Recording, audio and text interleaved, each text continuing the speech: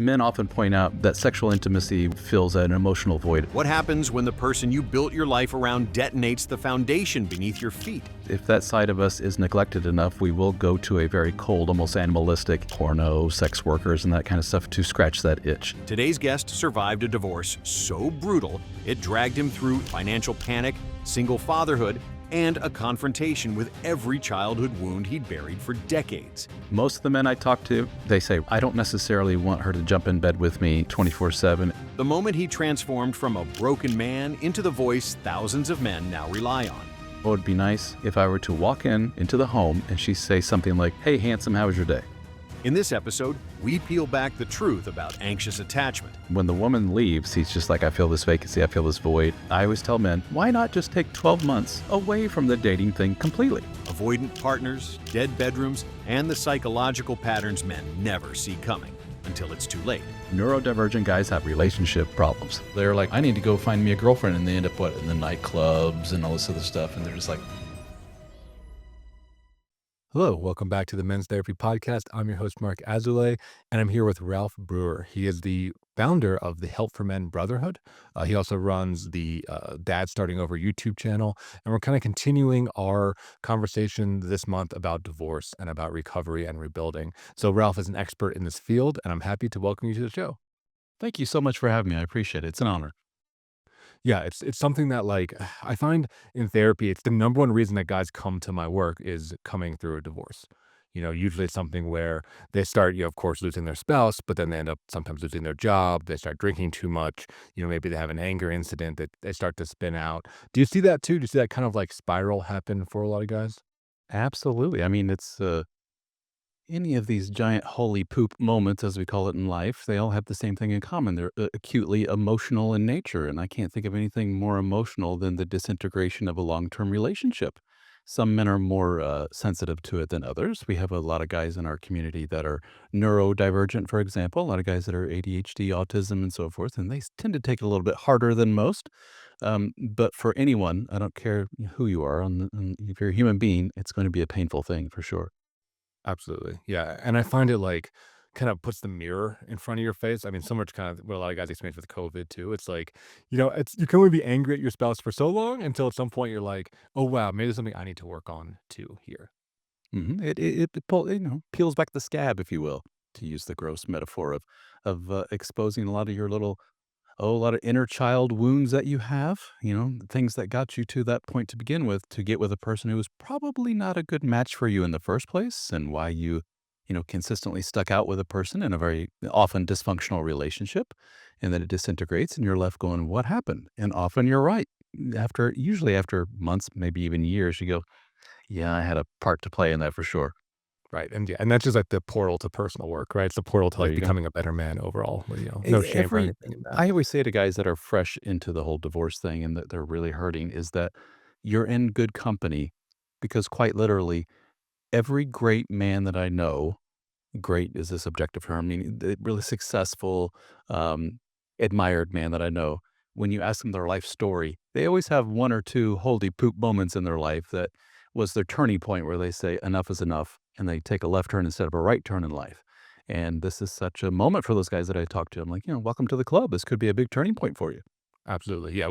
I think we need those harsh corrections as guys, to kind of get that feedback. And then it's a courageous thing to take that left turn instead of that right, to be like, I need to reevaluate my decision. I need to pivot strategically in my life. You got it. Yeah. So, let's start with you. I'm going to say I'm very impressed with the Help for Men community that you've built. It sounds like you got a lot of great guys on there. I love that you meet in person and online. So, kind of turning back time, how did you get started in this? How did you get started deciding that this is what you wanted to do with your life? Going on 13 years ago now, I endured a not so good divorce. There was infidelity involved. There was just all kinds of nastiness. And I had 3 little kids, year and a half, 6 years of age, 9 years of age. And I, in essence, became a single parent, on top of all the other stuff I was going through, which was, what does this mean for us as a couple? Well, eventually it disintegrated into a divorce. I say eventually, it was pretty quick, actually. What does this mean for me in the future?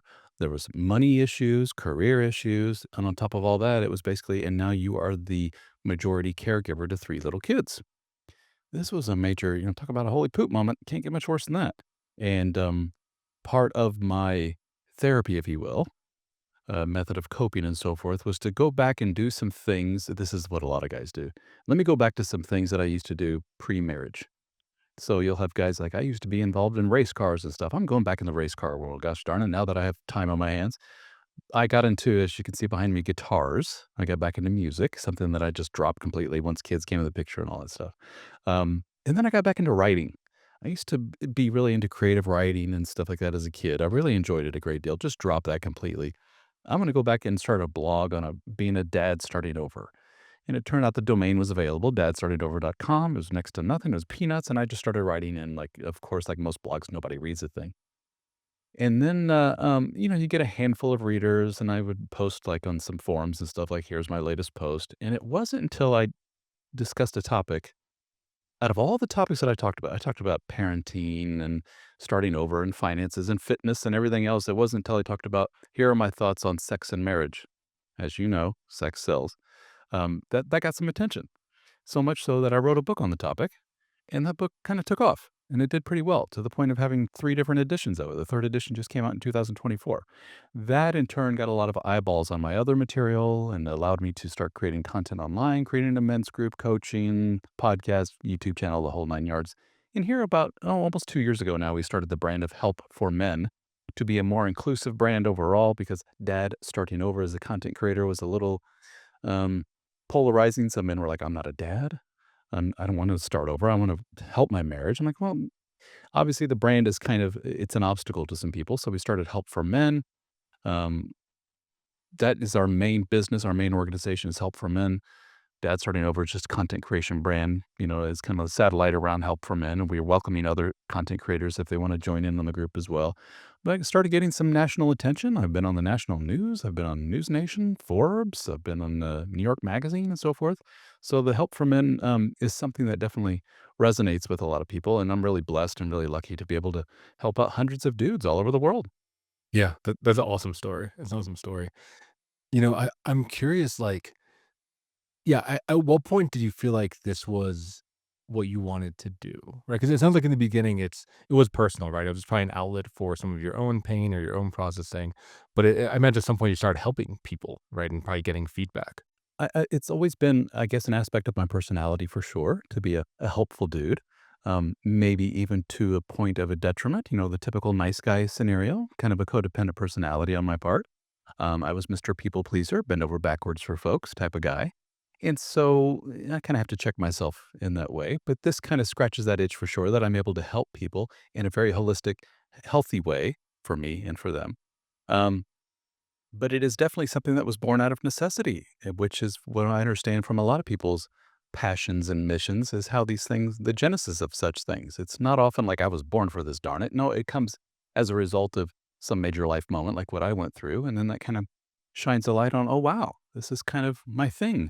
And, I'm like a lot of guys, once I get into something that I really like, I really dive into it.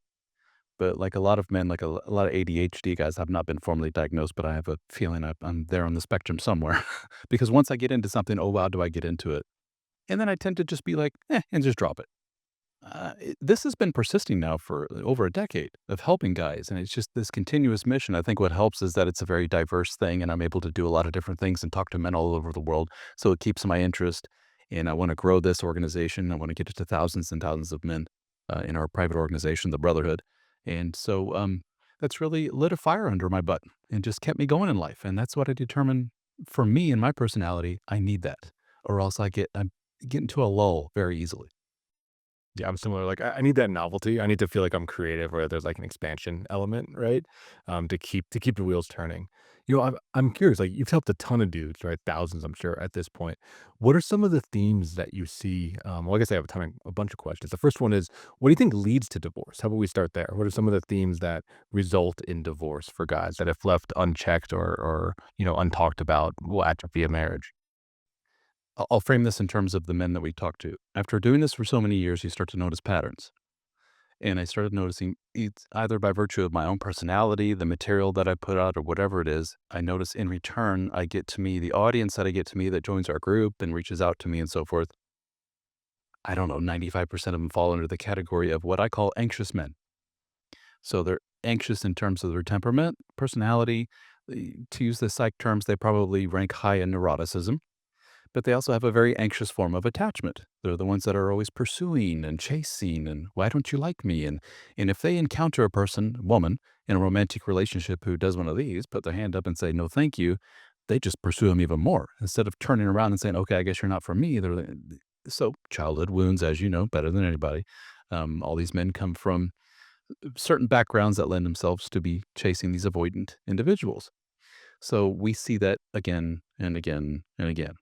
And so when I talk to a lot of these men that are going through divorce, it's as a result of one or both of them finally said enough is enough with this dynamic, this very toxic, for lack of a better term, dysfunctional dynamic of you, Mister, constantly pursuing and me constantly rejecting you. And what is so baffling to so many of these men is that they discover infidelity on the part of their partner. They're seemingly asexual, sexually dormant partner. They're very avoidant.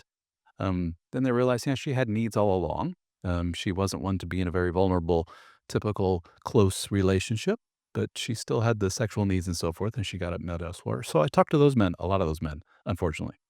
So that's what we see again and again. Now, in general, where do I think divorce comes from?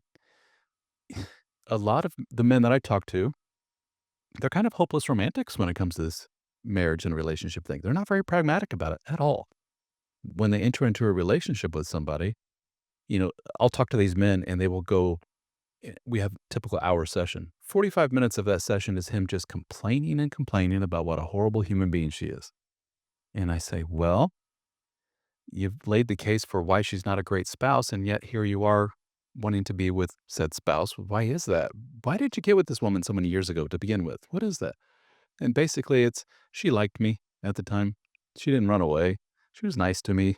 You know, at the time at least, she was nice to me. She liked me. I didn't feel like I had much of a sense of abundance when it came to romantic relationships or relationships in general, be honest with you. And so here was somebody finally that, quote, accepted me and liked me for who I was. And I wasn't about to let him go. And so after that honeymoon stage subsides, they see the real them, even if it's obviously a very much a mismatch and it's not a good fit for them on an emotional romantic level, they still stick it out and they still stick it out again and again. And these guys aren't innocent victims. They bring all kinds of dysfunction to the relationship as well. Not just their anxiousness, but a lot of them have anger issues. You know, a lot of men, a lot of nice guy types, these codependent types, they hold in all that stuff and then let it out. A lot of them have substance abuse issues, a lot of drinking in men that I talk to. That's very, very common. Pornography, porno addiction, all kinds of things, all these things, how they manifest in men specifically. We see that all the time, and all these things, these divorce stories. You see a lot of men online, a lot of content creators and stuff like to break it down to very simple things, very uber macho, uber masculine things of just be more of an alpha male, and that will just take care of everything. I think, no, it's a lot more complicated than that. I always liken it to a jigsaw puzzle of hundreds of pieces, and you not being a very stoic man and so forth. It's this little piece over here, but you have all these hundreds of other pieces, dude. You just keep focusing on this one little thing. And something that we've noticed for a lot of these guys, we could talk about further, is that they put all the blame on their shoulders, all of it. If I was more of a man, if I was more stoic, if I looked better, if I was in shape like a Greek god, you would have never left me again and again. And that's the persistent message that they get in a lot of this material online. It's like, no, sir, it takes two to tango. She has a lot of problems. You could have looked like a Greek god, been the best husband in the whole entire world. She is still her. And that is very difficult for a lot of men to come to terms with. Yeah, there's a lot of good stuff in what you're saying. I mean, I just hear like the grief and the sadness in that, right? Like the low self-esteem that I think a lot of us have and the loneliness and isolation thinking that we can solve everything. And that pain when we can't. You know, sometimes, like you said, the puzzle pieces just don't fit together. And it doesn't mean that you suck or that she sucks. It's just it's you're incompatible. And I think for a lot of men, it's hard to walk away from a problem that we can't solve, especially the anxious types that you're talking about, right? That want to just like, oh, if I just love enough. Yeah, there you go. Yeah, we're fixers by nature. Surely there's something I, as the ultimate man in power here, so to speak, can do to turn this around. And to hear, like, actually, no, that's like, woof, that's a major mind F to these guys. Yeah, absolutely. Well, can you tell a little bit about the romantic? needs that these guys have? Because I do think there is, like, the stereotype that guys don't need much. We need, like, food and sex, and we're good. But I find that to be very far from the truth, right? I think men have very complicated emotional needs. Absolutely. I'm glad you said that. Let's be honest, there does seem to be kind of 2 sides to the man, which is, yes, men often point out that sexual intimacy with their partner fills an emotional void as well as a physical, and it's true. Yeah, we get that connection with our partner, and but there is a side to us men that if that side of us is neglected enough, we will go to a very cold, almost animalistic porno, sex workers, and that kind of stuff to scratch that itch. So that's what a lot of people point to, like, aha, see, men don't need that emotional connection. No, you're not looking at it the right way. Most of the men I talk to, you're right.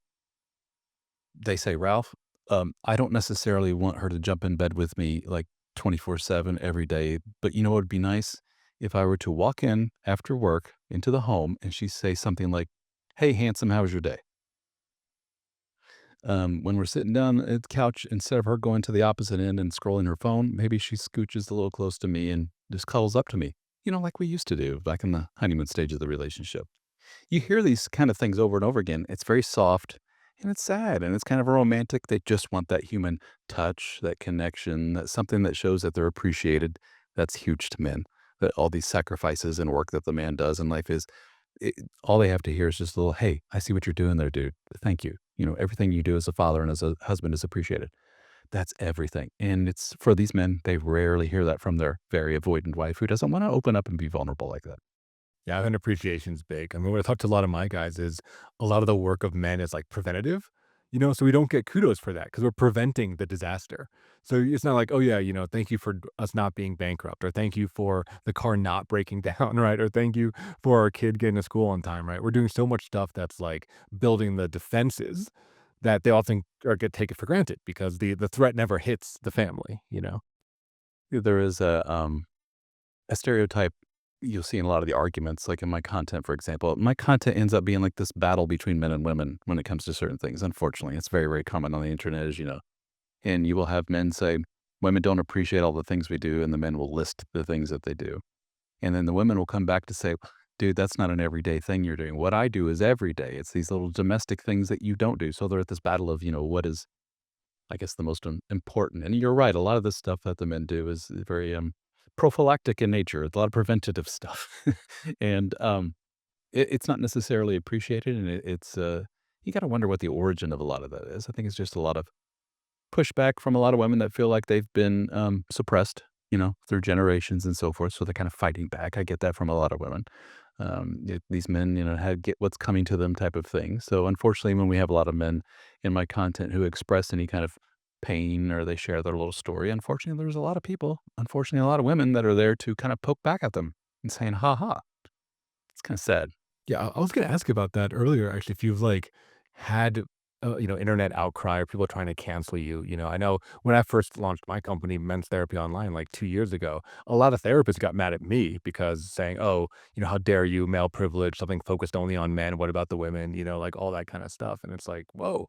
Like, men don't engage in mental health services, they don't engage in coaching, really, they don't engage in, like, wellness things, like, we are a minority in this space, and yet there can be some fire thrown at us. Did you experience that when you were starting off? I haven't had like a formal, like, boy, I hate to say this. Maybe I'm jinxing myself. Somebody will get an idea, but I haven't had like a Facebook or somebody say, "Hey, somebody has filed a formal complaint against you," blah, blah, nothing to that degree. But but certainly, um, I've had comments like, if I will post something, like, what I often do is tweet something and then take a screen capture of the tweet and post that on Facebook and the YouTube community and so forth. And you'll have some women invariably that come on there saying, "Why is this directed at men talking about women?" You know that this also is the inverse, right, Ralph? That this also happens to women too. I'm like, yes, I can't cover every instance in every little tweet. And besides, my audience is 98% male. That's who I am talking to. I'm a man. My perspective is ultimately as a hetero dude, and that's who I'm talking to. Other hetero guys in hetero relationships and stuff like that. There are plenty of other, content creators and resources out there for ladies to talk about this kind of stuff. God forbid we have a place for just us men kind of commiserate and talk about these kind of things. But you're right, a lot of people take, as a threat. I don't know if that's the right term, or they see it as kinda usurping their world. I don't know. It's interesting, but it's sad, isn't it?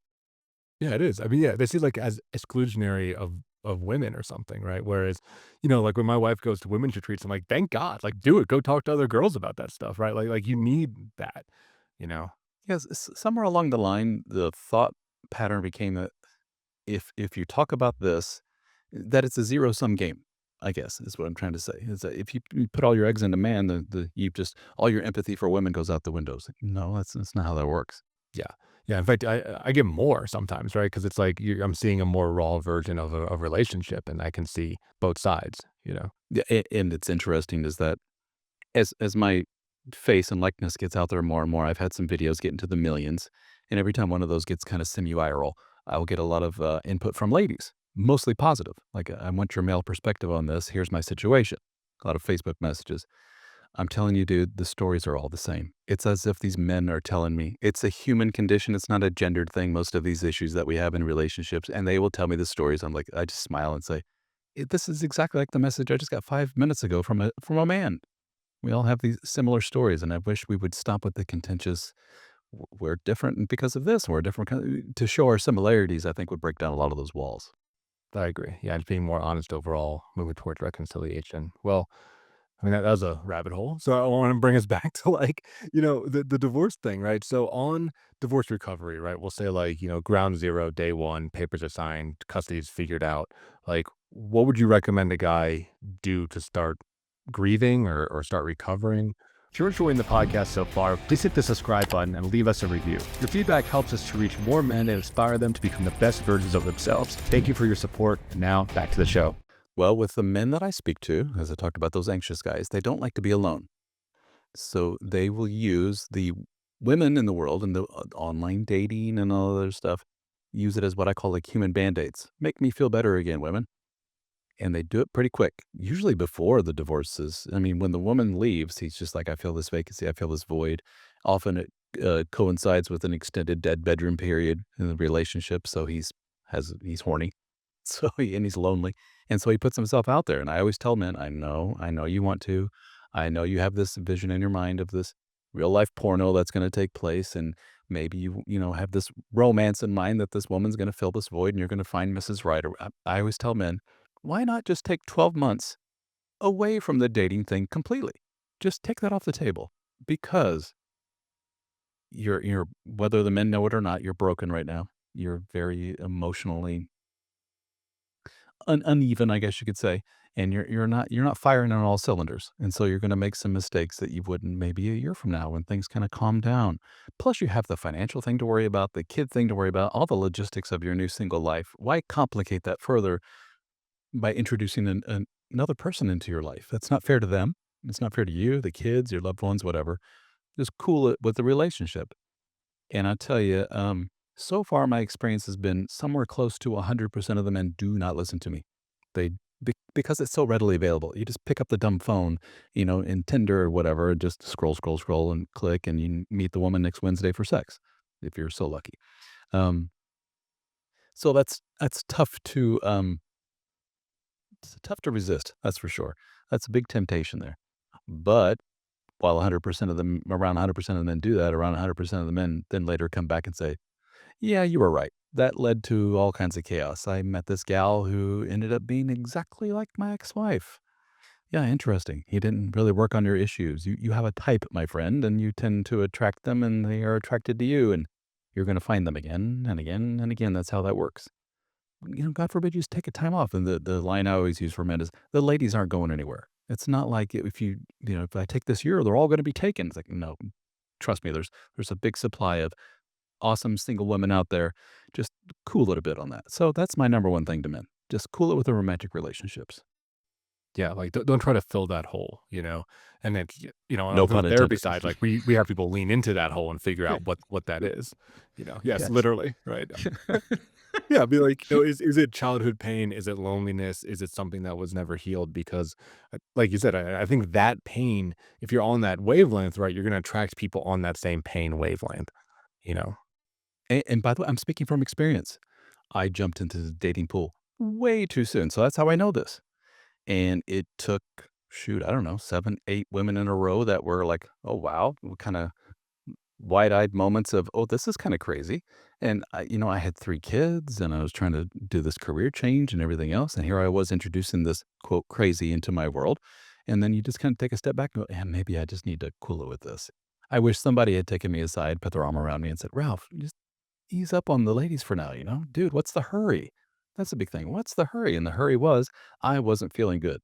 And being with them made me feel really good. It made me feel valued. It showed me that I have some kind of worth in the very shallow mating game, if you will, you know? And what was interesting was because I was broken at the time, I had somewhat of a manic energy about me. And that somewhat of a manic energy was attractive to certain subset of women who maybe weren't so emotionally healthy. And there's a lot of them out there, men and women alike. And so you're never going to run out of those types, but that's not necessarily a good thing. There's a saying amongst a lot of men in our world, you know, how you get over a woman, you get under 10 more. It's like, no, it sounds great in theory, but it rarely works out. Yeah, it doesn't work that way, and I found I'm curious your thoughts on this. This is part of my kind of journey. I also dated a lot of, emotionally damaged people as I was. And, someone that's like a fun girlfriend party person is not the person that you want to be like a wife and a mother. It's a totally different archetype. And for me, part of my challenge was like one, not being attracted to the crazy, right? But also, which is harder, building attraction to the more like stable, nurturing, wonderful person. Now, wonderful wife, we have a kid on the way, and I'm hopefully that's going to work out. But it was a big thing for me to disconnect from, like you said, going for that like high intensity, high sex, high emotion, uber feminine in many ways individual. It's, well, you're tapping it. That's a rabbit hole we could go down. There does seem to be a split between, in the man's world, we could call it the bad boy or the lover. And then we could call it the good, nice guy or provider type of personality. The ideal, which is really tough to find, is somebody that combines both aspects of the human being. One is fun, sexy, scratches that itch, and the other one is more dependable, safe, secure. To have both, there's a lot of men that I talk to that were with women or they're currently married to women that seem to be somewhat asexual, sexually dormant, whatever you want to call it, just not sexy people at all, and they never have been. And when you ask these guys, "How is it you got," because these men tend to be very sexual, kinda hypersexual, if you will, a lot of ADHD guys. Um, of all the humans in the world, why her? And what you'll often hear from them is that they went through a phase of party girl, party girl, party girl, party girl, crazy, crazy, crazy, drama, drama, drama, a lot of chaos, and they're like, "Enough of this. I'm gonna swing the pendulum all the way over here," and they swing it a little bit too far, and they go to a woman who has almost like a very, for lack of a better term, almost a masculine energy about her. Very not feminine, not the bubbly, not the sweetest, not the most romantic, but she's like, there's a term I hear all the time. She's like one of the guys. I could just talk to her about whatever. We could pal around, joke around. She liked to go to sports with me. She liked to do this. I felt very comfortable with her in that way. And then they get married and have a couple of kids, and I'm like, kind of miss the old party gal. I kind of miss that uber feminine aspect of some of those women out there. So it's that pendulum swing is that you talk about is very, very common. Yeah, I see that I work with guys on the spectrum too, some of that are, Asperger's or highly functioning autistic, and it's similar, like, they're so attached to their sport or their hobby that they meet a girl in that environment, like a mountain biker, I was in Boulder, so, like, Colorado, mountain biker or a rock climber or something. It's like that's the priority, but they miss the person, like, they just met someone they could do their hobby with, not someone who they actually wanted to partner with. What's also very common is that I don't know if naive is the right term, or they don't have the wiring to recognize a lot of some of the dysfunction that other people go, whoa, this is not good. They tend to persist and they tend to overlook may not even be the right term, recognize a lot of the red flag kind of behavior. And so, in their partners, so often they're with um, women like with borderline personality disorder, a lot of cluster B types, and they will endure that for a long time and ends up in a lot of chaos. Boy, I hear that all the time to the point where if a man is, you know better than anybody, when you're talking to a lot of these men, some of them have kind of an affect about them or a lot of the stories they share and so forth. And I go, I don't mean to be insulting. Let's just get this out of the way. But by any chance, have you been diagnosed with or had ADHD, the neurodivergent umbrella? More often than not, they go, "Yeah, I was diagnosed a couple of years ago," or "When I was a kid, I was diagnosed." Like, "Aha, well, there we go." So you start noticing that pattern of really chaotic partner meets neurodivergent guy. We hear that all the time. Yeah. Let's dive into that directly, right? Because I think neurodivergence is something that is, really coming to the forefront now. And I think especially with, older people, right, or parents where, they have their kid that are now getting diagnosed and they're like, oh, wait, maybe I also, have this diagnosis, right? It had to come from somewhere. So can you speak on that a little bit? Like what it's like to discover that later in life, in your 30s, 40s, 50s? Often what happens is these people go to these, uh, like, what do you call them, clinicians or experts to get diagnosis for their child because somebody usually at the school says, "You may wanna check out little Billy, he's showing," and so they take and what does that professional do? They smile and they look at mom and dad and go, "Okay, which of you 2 is also, on the spectrum?" And they both go, and then dad will look over at mom and go, "Well, actually." She's like, "What do you mean?" It's like, honey, they were just describing the kiddo, and you checked about 8 of those 9 boxes right there." It's like, "What?" It's there is a hereditary component to that for sure, a big one, and, that's something that we hear in our brotherhood group a lot. "I have a kid on the spectrum," and I go, "Mhm, it's not surprising." Um, what I hear from a lot of these guys is it's a combo of, "Oh, crap, I'm broken," which which is understandable, but not true. It just means your wiring is just a little different from the neurotypical, and for some of them, once they get past that, "Oh, crap, I'm broken," it's, "Oh, wow, now I have a new roadmap to navigating some of this relationship stuff, life stuff in general, relationship stuff specifically, and this helps explain so much. Oh, now I get it. Why why when I was a kid, I always felt kinda outside of the group, why I never quite got what was going on around me. Everyone was laughing at certain jokes, and I didn't quite get them, and now this all makes sense. And some of 'em, find community in that. I did if you haven't talked to him, maybe a good guy for you to talk to, Dr. Matt Zakreski. He's kind of an expert in all things I've neurodivergence. talked to him. Yeah, I've had him on the You have? show. Yeah, he's great. Yeah. Wonderful guy. Yeah. He's a great guy, so I really like his material out there. So, that he's talked about for a lot of these guys, they're like, "I need to go find me a girlfriend," and they end up, what, in the nightclubs and all this other stuff, and they're just like, "This is not my world at all." It's not mine either. Then they, find out, well, maybe if I go what do I like to do? I like to go, make model airplanes or jigsaw puzzles, that kind of thing or whatever, and they enter in that world, and that they expand their network that way, and sure enough, they find somebody that's more on their wavelength. That's more their style, so that it may lead to, more healthy relationships for them that way. But you're right. This is something that is, a lot of detractors say that it's a very over-diagnosed thing. You get on your TikToks or whatever, and every other what do you call it? Every other video is somebody saying, "When I learned I was autistic," and da da da da, and you're like, "Oh my gosh, is everybody autistic now?" And no, number one, the algorithm shows me what I look at a lot. But in our world, why is it that we have so many neurodivergent guys? It's because who do we attract to our world? Men who have relationship problems. And oh boy, do neurodivergent guys have relationship problems for sure. Yeah, absolutely, right. I think it's like, yeah, lack of being able to know about social cues or just a different framework for what a relationship could be, can lead to that. Yeah, I always tell guys this. I say, if you suspect you are or been diagnosed, congratulations, you're in good company. Because, oh, only the most successful human beings who have ever lived have been neurodivergent. Your Einsteins, the Elon Musks of the world, and the Bill Gates and all these other guys. I don't know if Bill Gates has been formally diagnosed, but it's kind of understood that, yes, Bill is probably on the spectrum. Well, so I want to ask you about parenting. Right? It sounds like that was part of your personal story, and I know it's a really big thing that hits a lot of these divorced guys in the face. It's like now they're a single parent or joint custody parent, and it goes from 0 to 100 immediately. So it's a very quick transition. So any words of wisdom or tips on that one? I mean, that's like the whole episode right there. But Don't do it alone. You know the old axiom, it takes a village? It's true. For generations, uh, it was you had this extended nuclear family all living near each other, all helping each other out. Grandparents, great grandparents, aunt so and so, cousin so and so. And that's what it took to raise little Billy. And now it seems, I can't tell you how many times I've heard this. We lived over on this coast. My wife or myself got some big job opportunity on the opposite coast. See you later, family. See you later, friends. And we go over there and we're very isolated.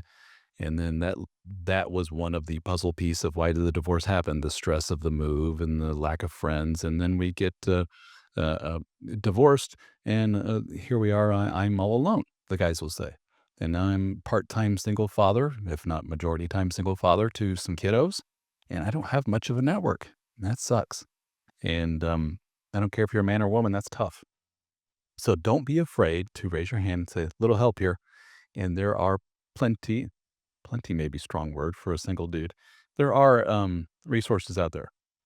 Yes, our group, for example, the Brotherhood. You can learn more at helpformen.com. Go to the Brotherhood there and talk to a lot of guys. And there are maybe men locally in your area that can help you out with certain things. Certainly give advice, certainly attend meetings and everything else with guys talking about what do I do in this case? What do I do in that case? It doesn't make you less of a parent. It certainly doesn't make you less of a man to say, hey, you need a little help here. Unfortunately, what lends itself to kind of this, oh, what's the word? Solitude for a lot of guys in this world, in the newly single dude world, is that, and we see this, and this sounds like a sexist thing, but it's not. It's an observation that a lot of men have. Let's say there's a guy and his wife cheats on him, leaves him, causes all kinds of chaos. A lot of these men think that the world will kind of come to him and say, you're the good guy. Let us help you. And it's crickets. So it's a lot of silence. His phone's not ringing. The texts aren't coming in from his buddies. And it's not because they're anti-man. It's that there is kind of this thought pattern in a lot of people of it's a little uncomfortable to reach out to Ralph and see if he wants help. He probably doesn't want to hear from us. He's kind of a quiet dude, and just leave him be. He's fine. There is very much kind of a damsel in distress phenomena of, well, this woman's single, she's by herself, and she just gets swarmed with all kinds of help. And these men sit back and watch and go, what the hell? I'm the good guy. I was the one that was the good father, good husband. She cheated. And yet here's all these people. And he watches it online on the Facebook and everything else where she's getting this free, that free. She's got herself a new car. And he's just like, and I haven't heard a peep from anybody. So I guess that let's flip this. If you're a person out there and you know some guy who is going through this, if you just simply pick up the phone and text the man and say, I've been thinking about you. How are you doing? That means everything because he never hears that from anybody, unfortunately. So just those little things. And like a lot of introverted type guys, if you're sitting back and waiting for that moment with your arms crossed and pouting and saying, no one ever reaches out to me, don't hold your breath. So don't think you're needy and don't think you're being weird for saying, hey, could I get a little help with this? Any chance you could help me? No matter, maybe if you're moving to your new apartment or whatever, call on your buddy. Or if it's, can you watch the kid because I have to go to some job interview real quick, call on your buddy, whatever it may be.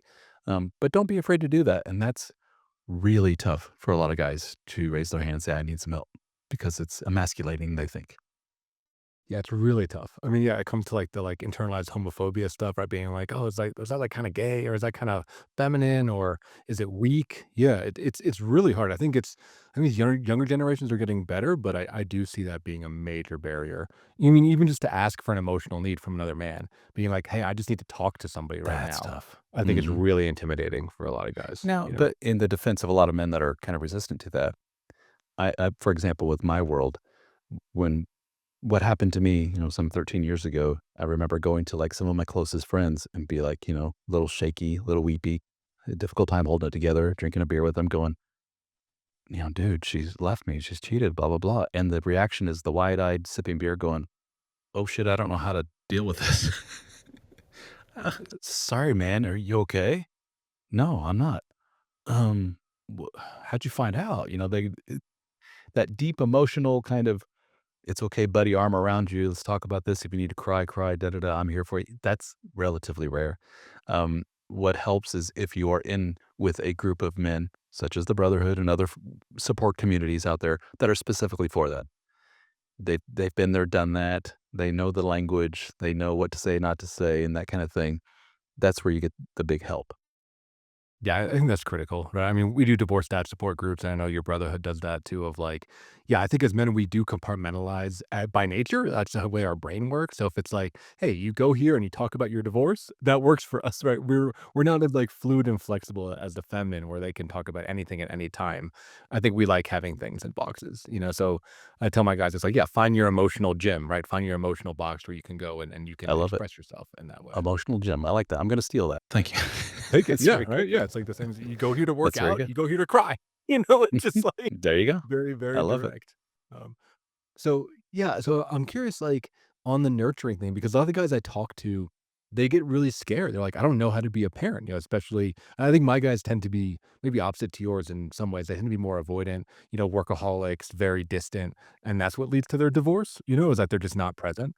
And now they're just here with a couple of kids and they're like, I never was a parent, like I was a provider and that was a big part of it, but I don't know what it's like to, sit with a baby for 4 hours, you know?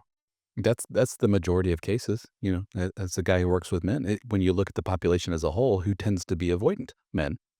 It just so happens by virtue of my material. And that book I wrote, The Dead Bedroom Fix, appealed to an anxious guy with anxious attachment. So that's why I see the opposite, but you're right. And yeah, I tend to attract to me a lot of very nurturing guys. So when we hear a lot of this pushback from a lot of the community from as a whole saying men don't do their fair share of work domestically, maybe if men did more around the house, women would be more sexual in nature and stuff. And a lot of men are like, hold on, I do like three-fourths of the stuff around. So that's the kind of guys that I attract to me. Yeah. Sometimes they don't really have that issue. Like they're excited to spend time with their kid and they don't feel overwhelmed by, the call or the ask there.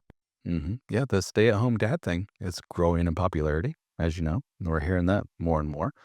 And there is a subset of men that are really wired for that. Like, and don't take that as meaning like they're more feminine in nature. They're very uber masculine. They see it like as a mission kind of thing. They're like military about it. Kids, we're waking up at 0700 and we're doing this and this and this, and we get and they're the type of guys that also push back and say, "What are all these women complaining about? I was done by 11 a.m. and blah blah blah. And we had fun, put our feet up. Kids and I made." It's just that some people are more anxiety prone and more stress prone, like myself being alone in a house with 3 little kids. Oh, stress through the roof. I'm not wired for that. I am more get me out of the house, mission, doing things kinda guy. Your typical dude in that way. But some dudes are really wired for the opposite, and good for them. Have you ever found yourself in a situation where you wanted to open up, but you were afraid that it wouldn't be taken well?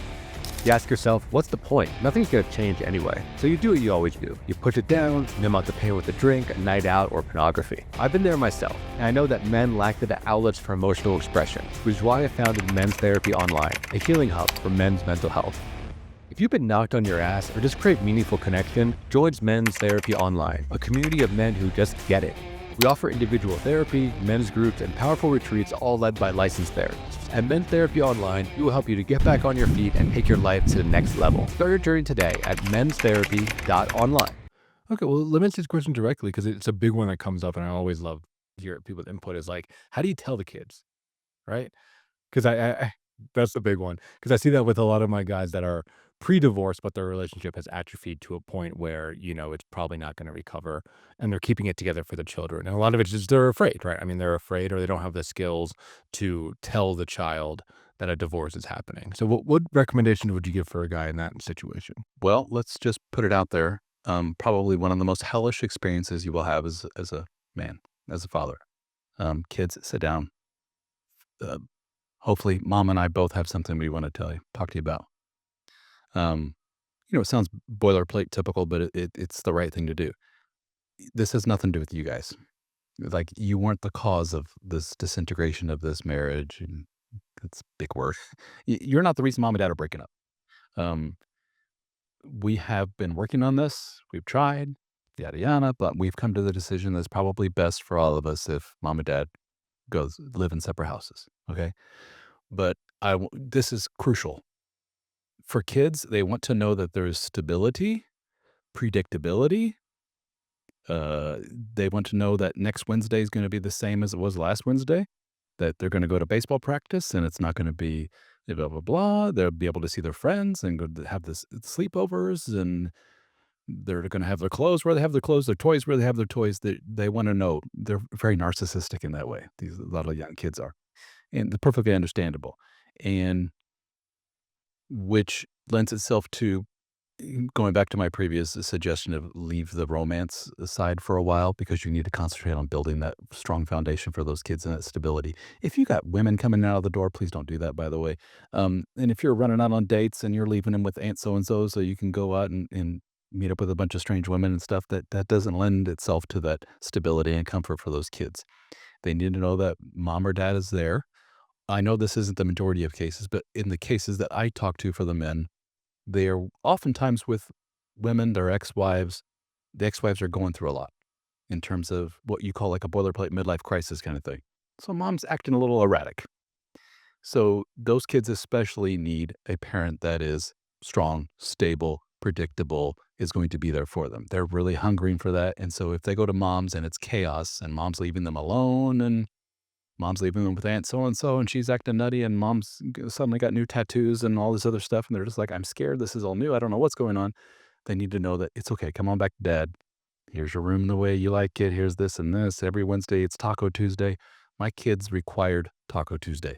If we didn't have to, if I skipped Taco Tuesday for whatever reason, there's like, Dad, what the hell? This is, this does not compute.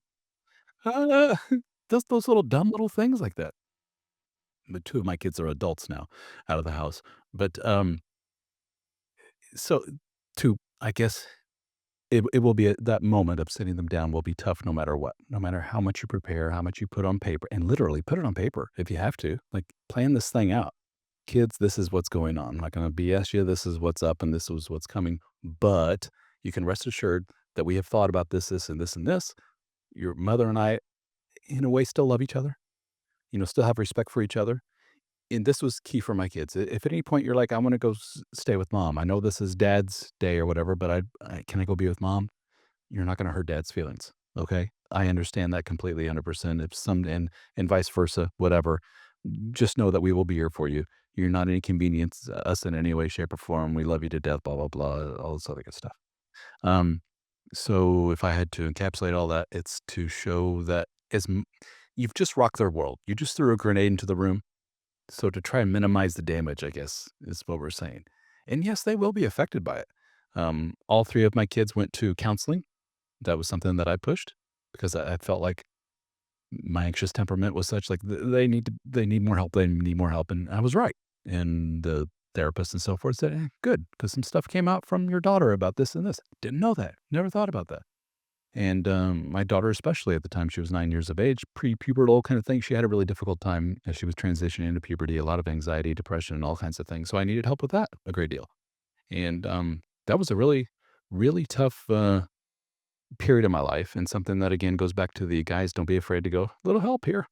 And for me, it was reaching out to the family, friends, and that therapist that I talked to for sure. Yeah. I think that's really well said. And, the way that I talk about it in my community, it's like that rupture and repair. And it sounds like it's going to be ruptured no matter what. Like you said, it's going to suck, but it's about what you do moving forward. Hmm. Yeah, one of the best pieces of feedback I got was from a teacher in my kids' after school care. So they went for like an hour after school to the cafeteria where they had little activities and where the parents, couldn't get off at just work at 3. So you go pick them up at 4 kind of thing. And I walked in, the lady's like motioned me over. She goes, get over here. I was like, what? She says, you and your wife are divorcing, right? I'm like, yeah. She goes, I just want to let you know that your kids are doing really good. I was like, oh, good. She's like, yeah. She says, I've seen a lot of divorces and I've seen a lot of kids that are crying and sulking and da da da. She goes, but your kids seem to be good. And I heard them talking about it with another kid. And it was really interesting to hear them talk about it. So whatever you guys are doing, keep it up. And I was like, all right, good deal. So that was really good feedback to hear. Yeah. That's really good. The teacher of the year right there, that gives you that kind of extra insight, I think is critical. I want to turn up the intensity a little bit and ask you, like, what happens if it's a high conflict divorce? There's a number of my guys, I know it's rarer, but where, there's no contact, there's tons of fights, they're using the app to kind of like, mediate their conversation. How do you deal with that where there's that tension in a divorce that can sometimes last for years, if not a decade or so? Take the high road, take the high road. Don't stoop to their level. The old gray rock, I know you're familiar with that, when you're going to get a lot of negative feedback from them and, everything will be great one day and you're like, this is a nice day. And all of a sudden you look at your phone and there's a text message that's 8 screens long from your ex complaining about something. And 9 times out of 10, you really don't need to respond to any of that. And you just let it go. And eventually with those really kind of high conflict, high drama types, if they don't get a lot of stuff in return, they eventually just kind of give up. And, I had to deal with some of that. And eventually they kind of wake up from their stupor, hopefully, and maybe years later where things kind of even out and you actually become kind of friendly. But it seems like I don't care how amicable the divorce is at the beginning, there always seems to be some contention up front.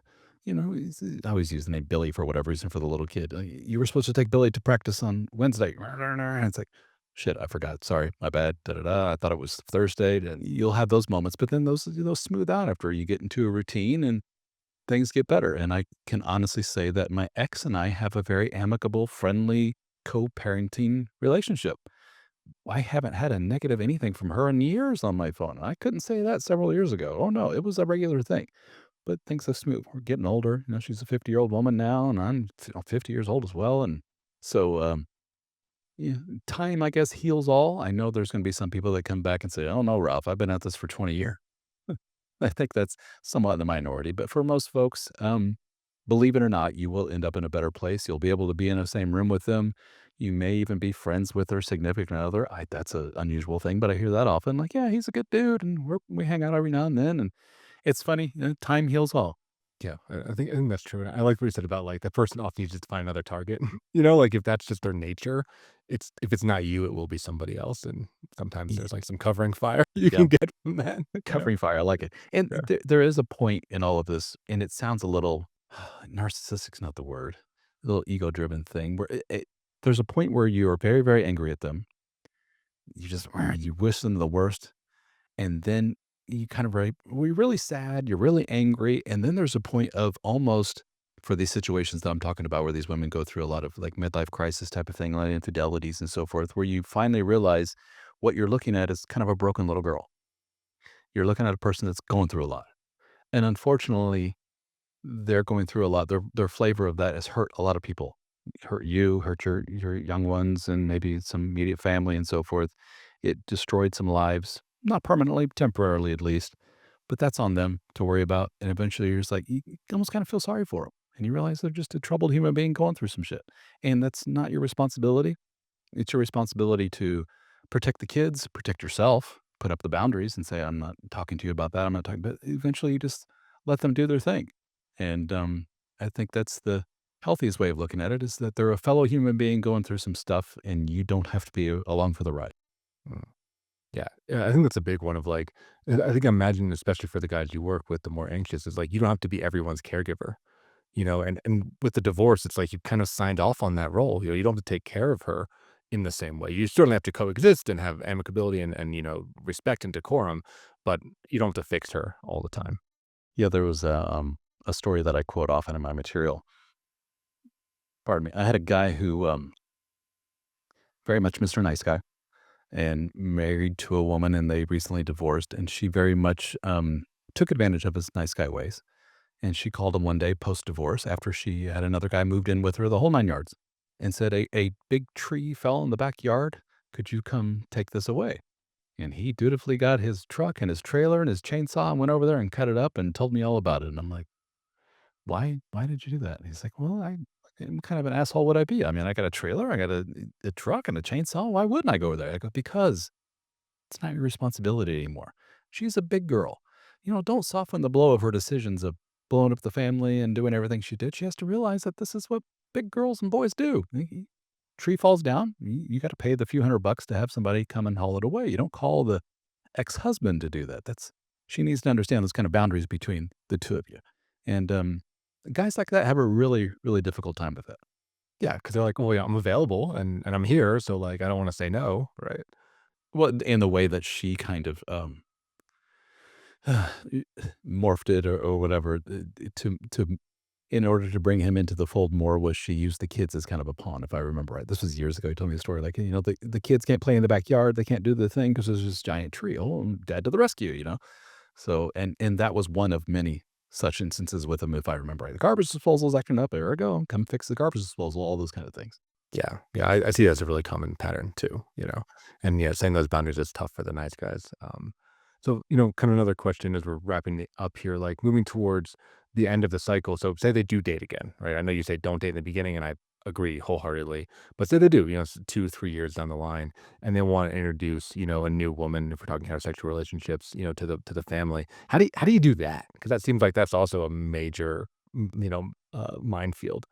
This is a source of contention with a lot of my audience is that I don't know why I use there's no, admittedly, there's no science behind this number, but I use the 12-month mark. I use the 12-month mark for starting a relationship, and I use the 12-month mark of being in a relationship with somebody before you introduce them to the children, simply because you get to know the real them and it's serious and blah, blah, blah. And then you say, kids, here you go.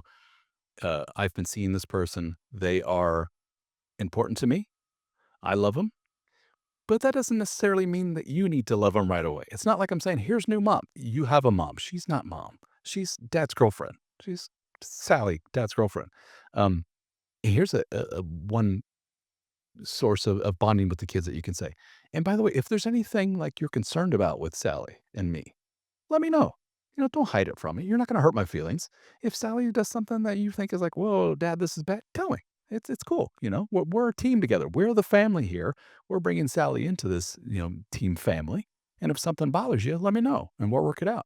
And I was blessed, thank goodness, with my wife. I've been married again for the last, well, we've been together as a couple for 10 years. And we are married and we have a child together, Natalie and I. And thankfully, and it was also kind of sad that basically I was after dating her for around a year. I said, kids, this is Natalie, first introduced to my daughter. It was because she was at soccer. And then I introduced to the Max, my middle boy. But all three of my kids basically were just like, we love her. She's our new mom figure. Here we go. And that wasn't so much of a reflection of just how awesome Natalie was, but it was a reflection of the void they had in their life for that maternal figure. So they were just ready for whatever. I could have waltzed anybody into the door and they would have been like, yes, new mom, thank goodness, new female figure. We need this feminine energy in our life. And they just clasped onto her. And it was, like I say, it was a great thing at the time. Like, woohoo, this could have gone a lot worse. But it was, in hindsight, a little sad. And it's worked out. They all get along great. They all love her to pieces, and she sees them as kids. But from a lot of stories I've heard, that could have gone in the wrong direction. It could have been a lot of drama. It could have been, you're not my mom. I'm out of here. Goodbye. I'm going to go live with my real mom from now on. These are all real dangers to introducing somebody into the fold. Absolutely. Yeah, I think it is something. But I like we're talking about it like having the team being, hey, we're the full package. Like if she's dating me, she's dating all of us. So, your opinion matters. I think that's so important for kids, especially as they become teenagers and preteens. Like they just want to know that their voice matters and that they're not just, dragged into the undertow and along for the ride. And you have to understand, as talking about the dating aspect of this, if you are a guy with multiple kids, or even one kid for that matter, and a failed marriage in the past, those are some strikes against you in the minds of a lot of women. And that's fine. If they're like, I don't want a guy who's bogged down by three kids and he has to see them half the time and he deals with a crazy ex and all that, that's fine. Let him go. A lot of men, get turned down by women a couple of times when they hear that. And the men are like, all women are like this. And da, da, da. No, no, there are plenty of women that have kids of their own or they're looking to enter into a family. And so women tend to be more forgivable for that than men are. Men tend to be like, single mom with kids, adios, bye. Unfortunately, there's some really great single mothers out there, and they tell me these stories of as soon as they say that the guys, log off of or block them on the online dating app or whatever, and that's sad. But yeah, women tend to be a little bit more forgivable about that. I think that's true. I think women have way more emotional capacity and they can deal with way more emotional like complexity than a guy. So they can navigate it as long as you're honest and open and, transparent with them. I think they're able to navigate whatever kind of situation you have. At the same time, if you are one of these guys that is very averse to being with a single mother, and what I hear often from these guys, which is pretty reflective of what's going on up here in their noodle, is that they say, I don't want to be with a single mother because too much of her time and energy will be devoted to the kids and not enough to me. If that's the case, then yeah, let them know up front. You ain't for me. See you later. Don't go on 8 dates, have sex with them 12 times, blah, blah, blah, and then dump. That's not fair to either. You're just wasting time and energy, and it's not a good adult thing to do. But that's pretty common in our world. For sure. Yeah, it's creating like more pain in the system, just what you don't want to do. Well, Ralph, this has been a wonderful conversation. I feel like we could have kept going. I really enjoyed chatting with you. Where can people learn more about you online and learn about Help for Men and the Brotherhood? Yeah, the main website is helpformen.com. Can't get much simpler than that. Helpformen.com. And you could go right to the page to join our brotherhood, which is the private support community for men. You can go to helpformen.com/join. and you can learn all about it. There is a small fee involved for joining, but you get a lot for your money. We have our online discussion forums, which are very private. Only people that are in the group can see what you're posting. Very, very active. We have live Zoom meetings, multiple meetings every single week. We record all of them. So we have a giant archive of meetings that you can listen to right from your phone. And we have over 1,200 hours of meetings recorded at this point, and we keep adding to them every single week. So you're never going to run out of stuff to listen to. If you're a audiobook podcast kind of guy, that our group's for you, because in addition to that, I've written 4 different books, and all 4 of those books you can download a PDF or listen to the audio if you're a member at no additional charge. We get together in person. We have an annual conference in the US and an annual conference in Australia. And we just had our recently annual conference in Charleston, South Carolina. 2026 is scheduled for Louisville, Kentucky. So if you go to, we call it BroFest. That's the name of our annual gathering. And the one in Australia is called Mate Fest. Get it, bro, mate. And you can go to brofest2026.com, brofest2026.com. And that is this year, or next year rather, we are opening it up to everybody. So you don't have to be a member to go to BroFest. So we already have a few guys that are joining us that are not necessarily members of the Brotherhood yet. And we have some big names that are going to join us. Dr. Robert Glover, author of No More Mr. Nice Guy, will spend the weekend with us. There's a social media personality who is very popular, advocate for men. Lauren the Dadvocate is her brand name, the Dadvocate, and she has millions of followers online. She'll be joining us for the weekend. We have Adam Nissenson, the betrayal shrink. He helps out guys. He's a therapist, helps out guys with a betrayal. You can go to betrayalshrink.com. He also helps guys with sex addiction. So they'll all be putting on presentations and workshops for guys there for the weekend. It's a all-day Friday, Saturday kind of thing. Hang out after the fact, have drinks, eat dinner, all that good stuff. So that's like the highlight of our year. We're always excited about that. So check it out, the Brotherhood. And also, I didn't mention we have one-on-one coaching. You can talk to me one-on-one, other guys on the team. Brotherhood members get a huge discount. And then we have courses, some of which are free to our members, all of which are heavily discounted to members. So a lot of benefit to joining the Brotherhood. We would love to have you. Love it. Love it. Well, listeners, definitely check that stuff out. All those links will be in the show notes, to the description of the podcast episode. There's a great community here that I think is just waiting, and they're there. And I think, like you were talking about during the show, so many divorced dads and divorced people feel so isolated. So it's great that you're out there, creating those types of communities and connections. And I like that it's a hybrid of, online, asynchronous, and in person. So it sounds like no matter what, there's always a way for a guy to plug in. There you go. Thank you, Mark, man. I appreciate it. Thank you so much. Yeah, and listeners, thank you so much for tuning in to the Men's Therapy Podcast. If you like this stuff, this is one part of the Men's Therapy Online universe. All of our stuff is available at menstherapy.online. Very similarly, we do individual groups, courses, retreats, all that kind of stuff. So check us out. Or send this podcast to somebody who has gone through a divorce or is looking for some more support, getting the word out, helping to destigmatize men getting into mental health and taking care of their brains is critical as part of our mission here. So do all the socials, like, share, subscribe, what to do by now. And thank you so much for tuning in. We will see you next week, another episode of the Men's Therapy Podcast. Thanks for tuning in. If you enjoyed today's episode, please subscribe and leave a review. And don't forget to visit menstherapy.online to learn more about the work that we are doing to support and inspire men. Until next time, keep moving forward.